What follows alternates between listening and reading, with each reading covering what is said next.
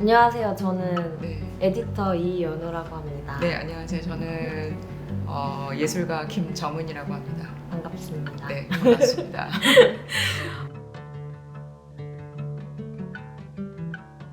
다섯 번의 시간, 다섯 개의 관계라는 수업을 기획해 주셨는데 우선 수업 소개를 좀 해주실 수 있을까요?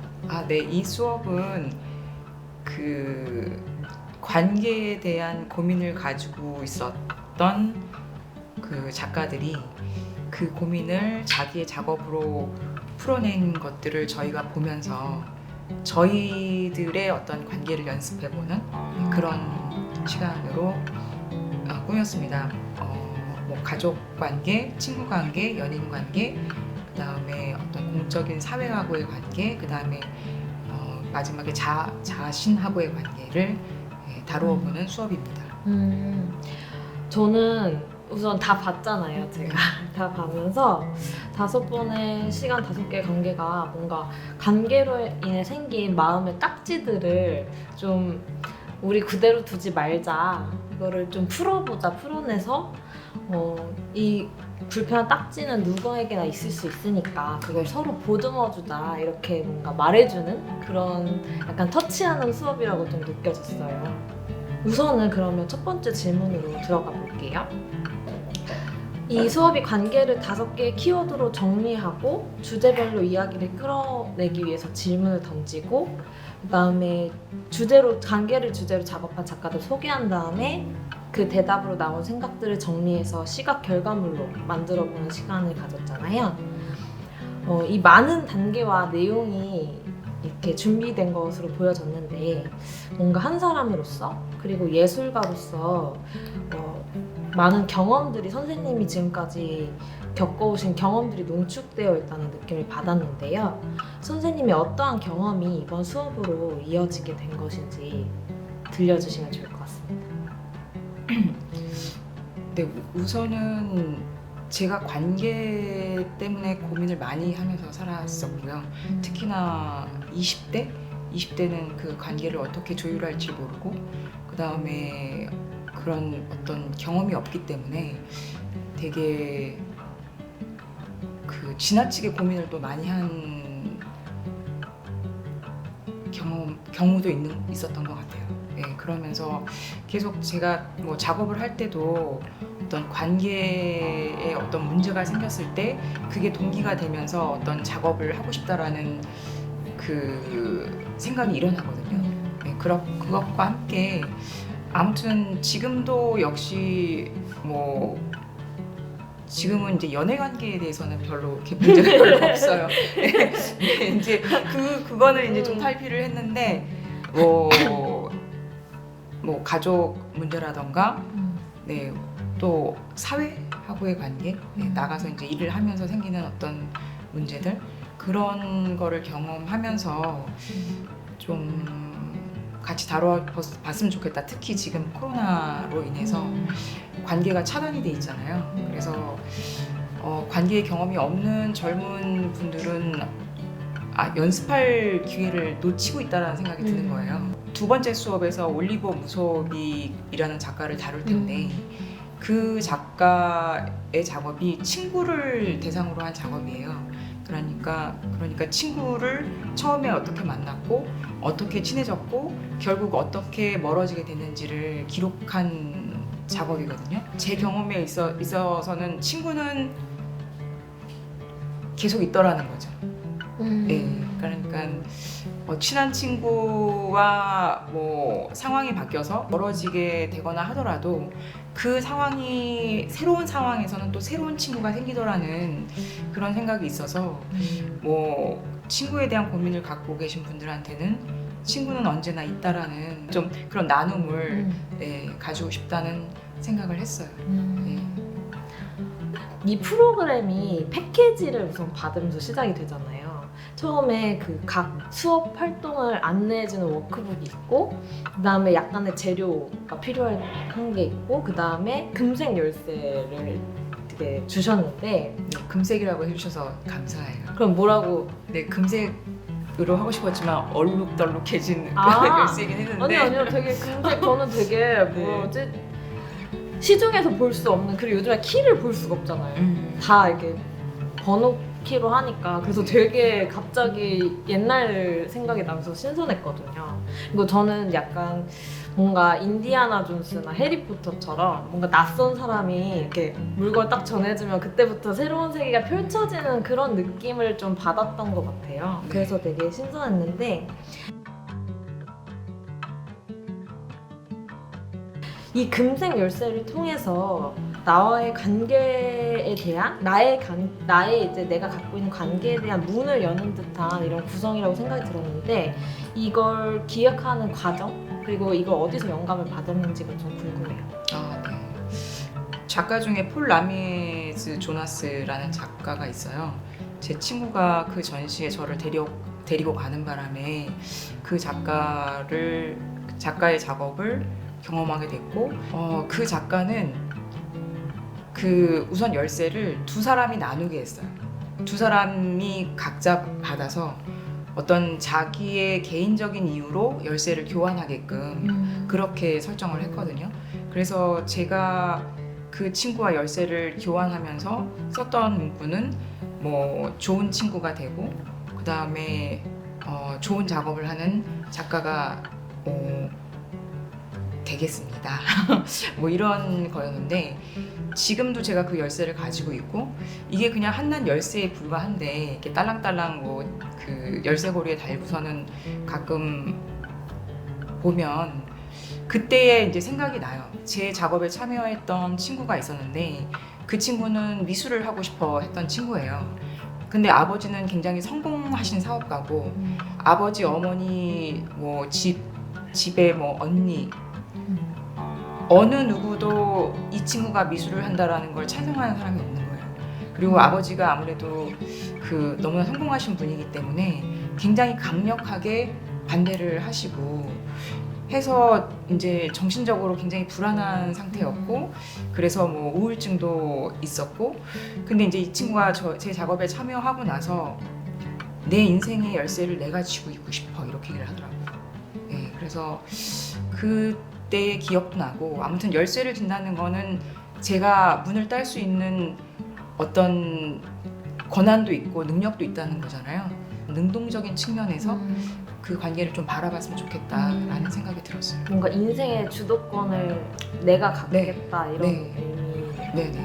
네네. 저는 그냥 되게 예쁘다 이렇게만 생각했는데 훨씬 많은 의미가 담겨 있어서 네. 또 다르게 보이는 것 같아요, 이 프로그램이. 아, 네.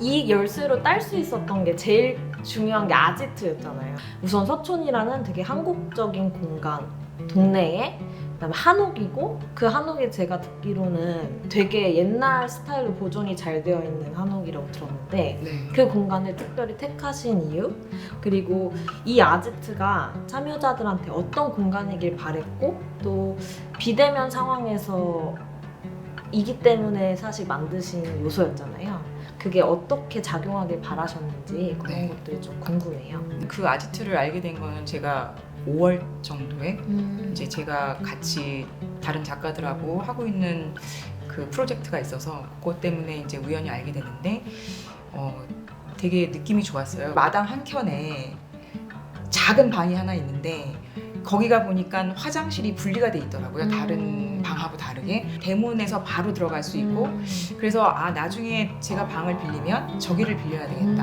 라고 생각을 했었어요.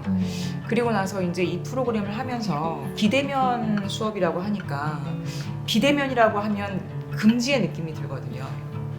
만나지 마. 네, 금지의 느낌이 들어서 생각이 확장이 안 되는 거예요. 그런데 이제 그 디렉터께서 쓰신 글에 비대면을 간접대면으로 표현을 해주셨더라고요.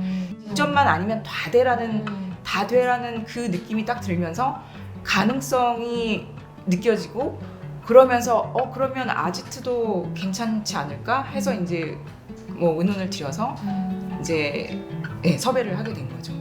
그리고 이제 제가 해보니까 능동적이란 수동적이라는 느낌이 안 들고 되게 능동적이라는 느낌이 들었거든요.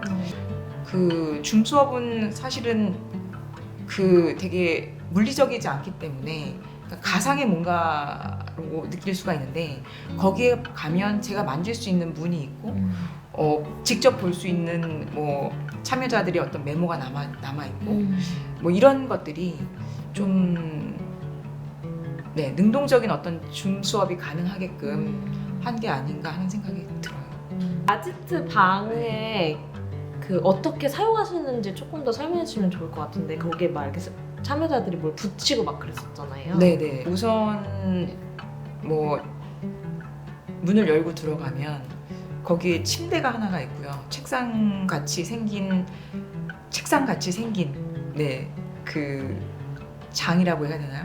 그런 게 하나가 있고 책상 겸 장. 네네네. 뭐 필기도구나 이런 게 어느 정도 마련이 돼 있고요. 수업을 하고 나면 이제 아지트를 방문했을 때 하실 일 한 가지를 말씀드려요. 뭐 가족 관계를 다뤘으니까 그런 어떤 자기가 생각해본 새로운 가족의 어떤 가언 같은 거를 하나 적어놓고 오거나 그다음에 친구 수업에서는 뭐 오늘 생각나는 친구에게 뭐 메모를 하나 남기고 오거나 뭐 이런 식으로 해서 그때 주어지는 간단한 할 일이 있죠. 생각해 볼 수 있는 네네. 뭐 스스로 굴려볼 수 있는 그런 한 네. 미션을 주신 거네요. 네네. 비대면 상황에서 관계를 맺는 거 그리고 대면 상황에서 관계를 맺는 거는 조금 다를 수 있을 것 같다는 생각이 들어요. 아무래도 물론 능동적이라고는 하셨지만 그래도 서로를 만나는 게 아니라 서로를 그런 편지로 느끼는 거잖아요. 그래서 간접적으로 서로를 뭔가 알아가야 되는 이 상황에서 선생님이 생각한 것과 뭔가 다르게 흘러간 지점이나 네. 참여자를 통해 그 의미가 더 뚜렷해진 순간들이 있다면 저희 수업에 들어오신 분의 연령층이 굉장히 다양했어요. 다양해서 지금 이제 20대 참여자 한 분은 본인은 사회관계에 관심이 있고 왜냐면 이제 사회에 나가서 활동을 해야 되는 이제 시기가 와서 그렇다라고 말씀을 하셔서 그때 저희가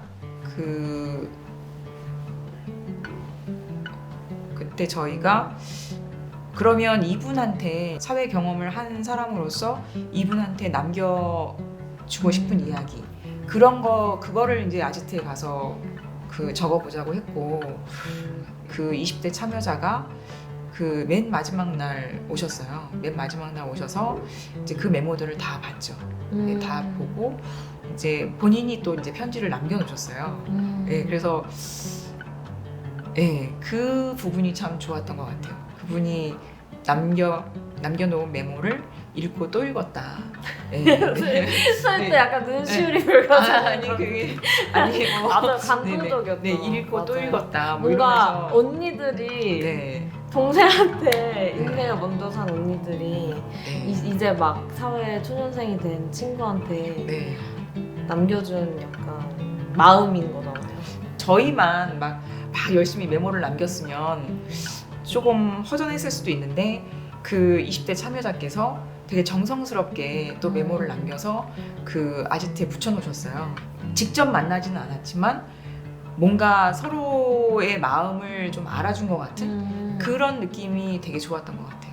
그게 간접 대면이어서 더 감동이었던 건가요? 아니면 뭔가 진짜 대면했을 때도 사실 친해지면 이렇게 나눌 수 있는데 그게 좀 어떻게 다르게 다가와요? 우선은 이게 말이 아니라 글이잖아요. 그래서 간접적으로 느껴지기 때문에 더 좀 편안하게 받아들일 수가 있는 것 같다는 생각이 들고 그 다음에 지금 코로나 상황에서 뭔가를 주고받는다라는 그 느낌이 또 좋았던 것 같고 그 다음에 저희가 사실은 만난다라고 얘기하지만 그 만남이 좋으려면 서로에 대해서 이해를 하고 있다라는 그런 느낌이 있어야 되잖아요. 아무리 만난다고 해도 그런 느낌이 오고 가지 않으면 후회스럽잖아요. 근데 여기서는 만나진 않았지만 그런 느낌을 서로가 주고받았다면 이거는 제가 봤을 때는 대면 못지않은 그런 만남이라는 생각이 들어요. 네. 그러네요. 약간 사실 대면했을 때 내가 이런 말 했는데 실수가 아니었을까? 이 사람이 불편하게 느끼지 않았을까? 막 이런 생각을 전 집에 가서 많이 해요. 맞아요. 지금 말씀하시니까 제가 생각나는 게 제가 포스트잇을 되게 많이 준비해놨거든요. 네네네. 다 없어졌어요. 다들 근데 그런 게 그게 있죠. 언제 없어졌냐면 그 4회째 어. 그때 없어진 것 같아요. 저도 거기다 남겨놓으면서 몇 번을 다시 쓰고 다시 쓰고 했거든요. 네. 다른 분들도 그러셨나 보다라는 생각이 들더라고요. 그 코로나가 갑작스레 우리에게 왔기 때문에 이 갑자기 만나지 말라는 상황을 다들 되게 당황스럽게 받아들였을 것 같은데 아지트가 이런 방법도 있다고 우리 이렇게도 소통해보자고 뭔가 손에 내밀어주는 그런 공간이 되었을 수도 있겠다는 생각이 좀 지금 방금 들었어요. 근데 이제 사실 저도 되게 상실감이 컸거든요. 그러니까 코로나로 네, 코로나 지금 뭐 지금도 그렇지만 작년 한 2020년 때는 진짜 매일매일 이러다 죽는 거 아닌가라는 생각이 들었어요.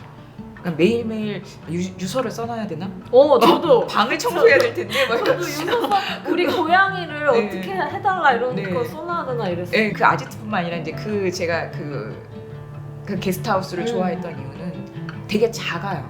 맞아요. 예, 굉장히 되게 오래됐고 굉장히 작은데 지금 이렇게 급변하는 어떤 시기에 모든 게 다 바뀌고 모든 게 다 낯설어지잖아요. 근데 거기에는 변하지 않는 게 있어요.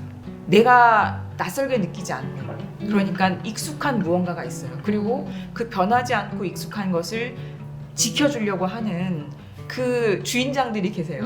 네, 나름 되게 정성껏 열심히 지키려고 하는 그 주인장들이 있고 그리고 거기에 아주 작은 마당이 있는데 그 마당이 꼭 저처럼 작다는 생각이 들었어요. 그런데 거기에 나무들도 하나같이 다 비실비실해요. 뭐 이렇게 맞아, 굵은 이렇게 나무가 없고 길게 다 가는 맞아요, 나무들이에요. 맞아요. 다 가는 나무 가는 꽃들이 있는데 그 나무에서 잎이 나고 꽃이 피고 제가 수없이 밟았던 채송화는 그래도 가을까지 계속 꽃을 피웠어요. 맞아요. 네, 정말 많이 밟았거든요. 그런 것들을 보면서 저 나름대로 그 상실감을 어느 정도 좀 그 치유하는 시간을 갖게 되지 않았나. 그러면서 조금 그러면 이런 상황들을 좀 이용해 볼까 하는 생각까지 미쳤다라고 느끼고 있어요.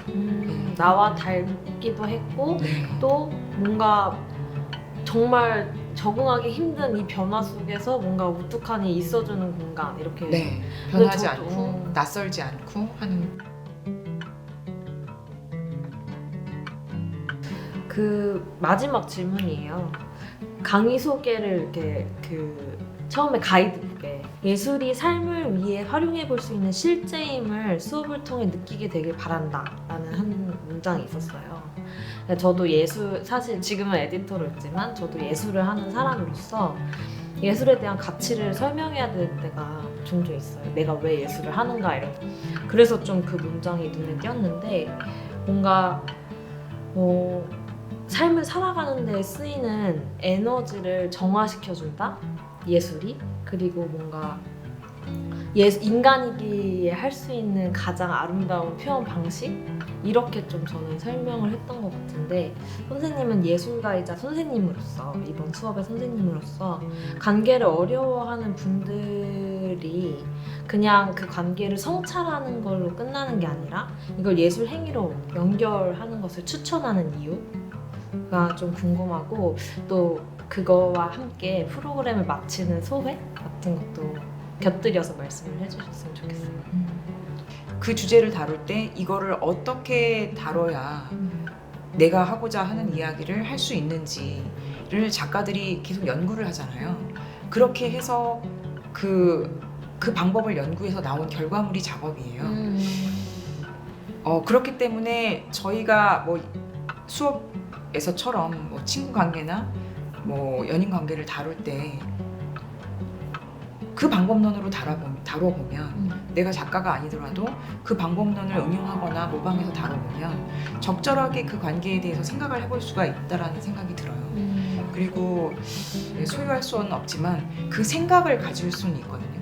네, 작가들이 이런 생각을 했고 이런 방법론으로 이 주제를 다뤘는데 이게 이렇게 가서 어떤 것들을 느꼈고 이게 어떻게 내 생활에 적용이 될 수 있겠다라고 자기가 받아들이면 자기의 생활과 함께 그 아이디어가 같이 가는 것 같아요.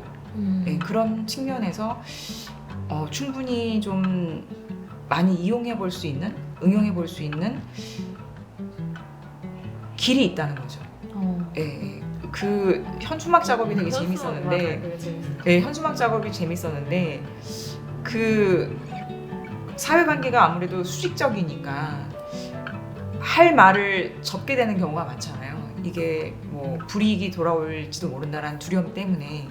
그래서 그런 어떤 수직적인 관계에서 하지 못한 말을 이제 한번 해봤는데, 저는 그게 뭐 바깥에다 걸어놓은 건 아니어도 현수막이라는 어떤 그 공개적인 자리에 걸리는 그 형식으로 해서 집 안에 걸어놨다는 것도 상당히 좀 해소되는 느낌이 있더라고요. 그 뭐지, 국회의원들이 이렇게 네. 할 말 이렇게 적어놓듯이 네네네. 그거를 저도 그거 보면서 내가 하고 싶은 말이 그 밖에 걸리는 상상을 하게 되니까 뭔가 네. 통쾌해지는 그런 게 좀 있었던 네. 네, 뭔가 감회가 어떠신지. 제가 수업을 하지만 아무튼 이게 서로의 어떤 경험을 나누는 시간이기도 하잖아요. 그래서 저 또한 제 관계를 돌아보고 네, 했던 시간들이 좋았던 것 같고, 네, 수업 끝나고 이제 그 자료 아카이브 때문에 이렇게 뭐 사진도 다시 보고 찍어보고 뭐 자료도 정리해보면서 네, 어떻게 보면 수업이 끝나고 지금 생각을 할 때 더 조금 저 나름대로는 좀 풍요로웠다. 네, 네, 좀 네, 거기에는 그 아지트라는 게 저 되게 큰 역할을 했다라는 생각이 들어요. 네, 이 수업이 좋은 기억으로 남게끔 그 중요한 역할을 했다라고 생각합니다. 저도 동의합니다.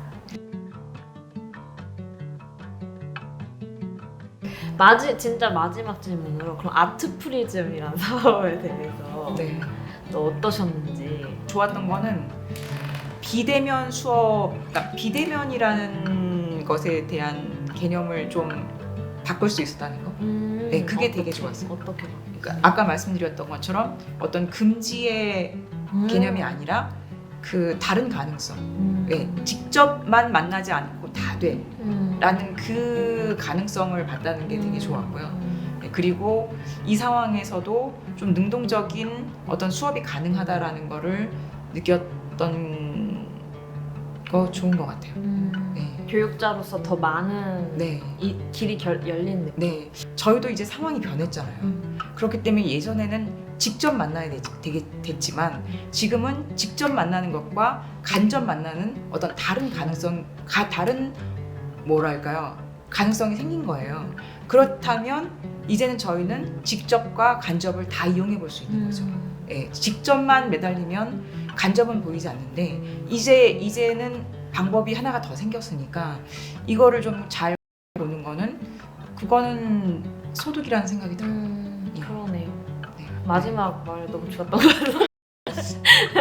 근데 예, 진짜 저도 감사하고 싶은 게 이게 진행을 잘 해주시니까 저 진짜 되게 두서없이 좀 얘기를 하거든요.